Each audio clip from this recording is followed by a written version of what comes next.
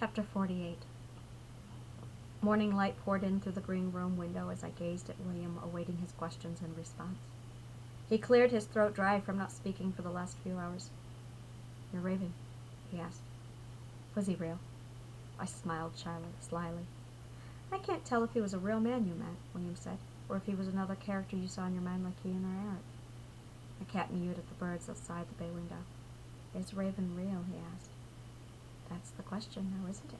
I asked. "Are you living in Ireland now to be with him, or are you living here to live out a fantasy you had?" I sighed and gazed out the window to stare at the Irish morning light. The forest beckoned. Outside my door I knew the stream rushed through the woods, skies were clear, the evening storm had passed. "I do so love Ireland," I said. I could just be living in Ireland because I love air, and used Ireland as a metaphor for something completely unrelated. I may be here because it reminded me of my mother, and those rare moments I could see her smile. Perhaps I am here because I truly do look to be alone with all others. I spent my life wishing to be a hermit. Or my Raven could have been a deeper level of intimacy between Jacob and I. Or, I grinned, I wrote the whole thing in just to screw with you. William pensively shifted his eyes. "Is Raven real?" "Everything I've told you, through my perspective, was real," I answered. He nodded but said nothing. There was more I needed to say, I said. More I needed to tell him, but the words, they eluded me that time.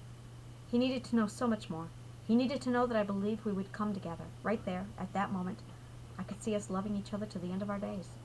With a silent love, the kind we never speak of, for why waste words on what we cannot be? "Because life is short and you refuse to live with regrets," William said.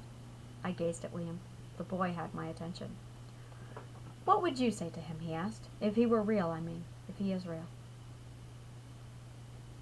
"That, despite my belief that love was passing and faded and grew and changed, that I did believe I would love him to the end of our days," I said. I could see us, he and I, forever using the other as a source of comfort when all else failed us, because while neither of us could ever completely trust another, we could and did trust each other enough, and somehow we knew we would not fail the other to the best of our ability, that if ever we did fail each other, we would know that the other tried their best, and that was all that mattered. I would tell him that, although I cannot marry ever again, and although I needed my space and my freedom to ebb and flow like the waves, that I truly, sincerely wanted to try with him. That while I ran from door to door, or man to man, while I lived my life loving and smiling and laughing as much as I could, that my door, my heart, and my bed forever had a place for him, and that if ever he wanted more, he had but to ask, and I would do my best to let him break me in. If ever there was anyone who could break me, he could. William listened, no longer interested in scribbling his notes. I continued. For the first time in my life, for him, I wanted to be fixed. I wanted to be normal. I wanted to be able to settle down, marry, grow old, and die with him. And that even though I couldn't, I sure as hell wanted to try. And more than ever, I wanted all those things with him. That is how he made me feel. "So Raven is your hope, your future, your potential?" I grinned. "Perhaps." William grimaced. "I love him so completely that I would never take anything from him or cause him pain," I said.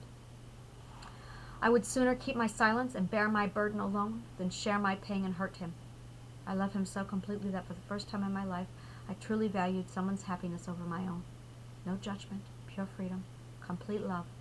That is what I gave him. That is what I still wish for him. That is all I can ever do for him because I love him." The sun rose, spilling its light into my cottage. "When did you move to Ireland?" he asked. "I made the decision in March of 2015. I realized how stupid it was to love something so completely and not do something about it. I loved Ireland. For as long as I could remember, I was called to the land of my kin. She is in my blood, and everything that I am, everything that I loved, supported, and embraced came from Ireland. Like my kin, I loved, revered, and worshipped knowledge and the written word, music, earth, the rains. It was time to go home. I wanted to go home. My children were young. My youngest were 7 at the time, and legally I was not allowed to move them out of the area without permission. On 7 March 2015, I made the decision to move, as soon as my youngest turned 18. I began learning Irish Gaelic and researching everything required to move there. I dedicated the next 10 years to saving up and preparing for the move. In 2025, I moved.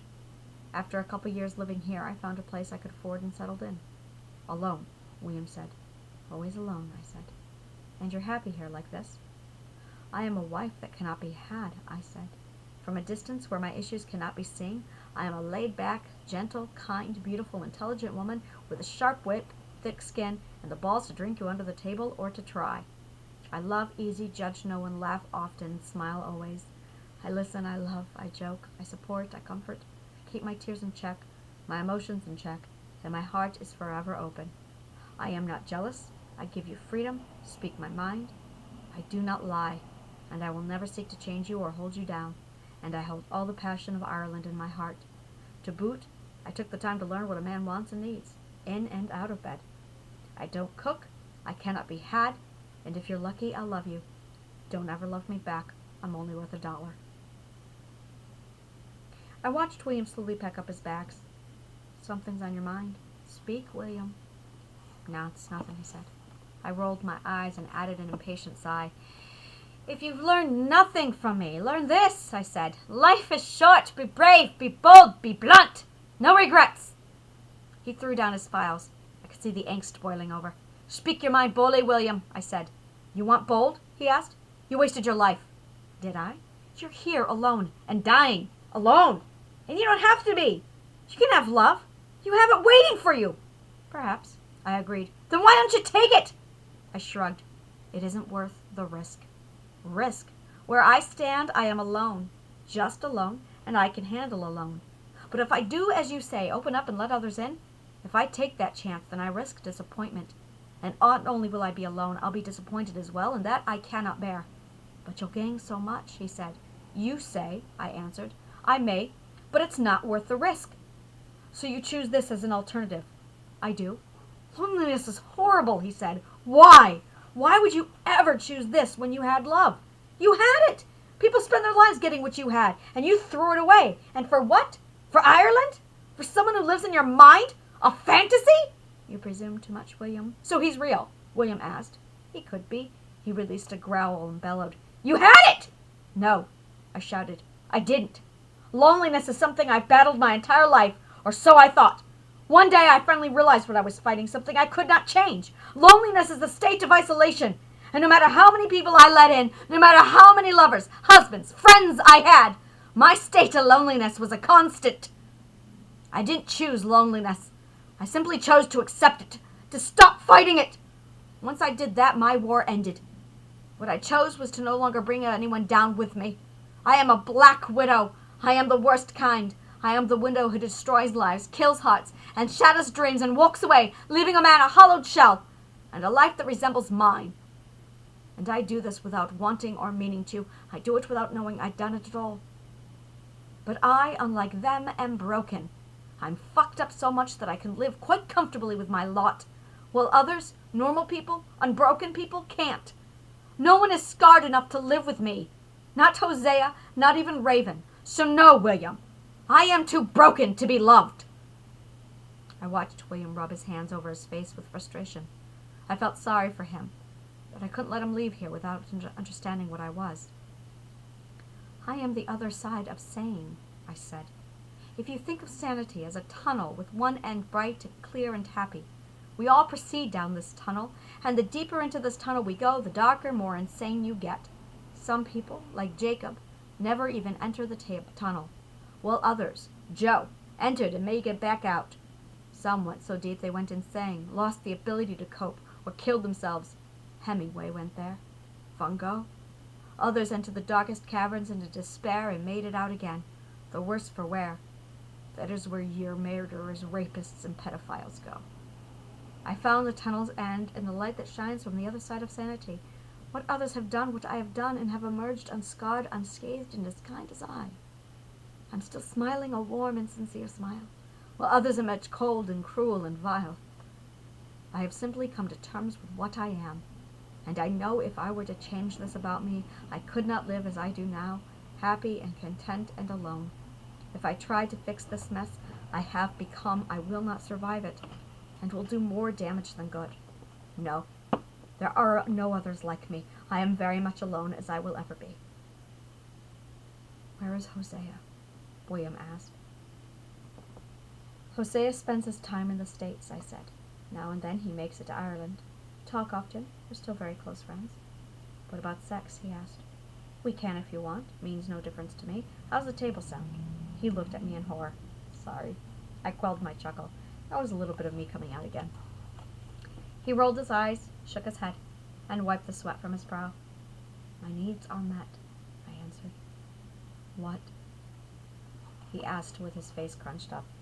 My needs are met, I assured him and smiled. I'm smiling with my head held high. I'm smiling with my face to the sky. And although I'm dying inside, I'm crying with my head raised high. I only wish to love greater than I've hurt, and I'll spend the rest of my days laughing and smiling to compensate for all the crying I have done. His shoulders sagged, and I saw the defeat. But you'll be alone, he said. Yes. I gave a nod. And you'll die alone. Alone, I said. Yes. I shall die exactly as I have lived. Alone. William took up his files and his recorder. I watched him slip on his coat. After throwing his bag over his shoulder, he went to my door.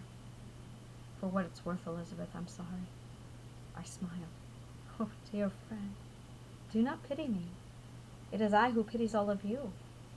You pity, he shook his head. For I have lived in the world of fantasy quite easily. I can embrace everything that I love, that I want, that I am, and I do it freely, openly, bluntly. Adverbs really are a wonderful thing. I live with no guilt or regret, ever. Every choice I make is mine, and I am free. While others are still in search for happiness, for their balance, I have finally found mine. And I didn't find it in money, success, or love. I found it in me. But it cost you, he said. Despite my trials, my beatings, my rapes, I had a very great life, and it will all be worth it. Every moment. I watched him nod. He understood. He heard. And with a bit of a smile upturned on his lips, he closed my door behind him.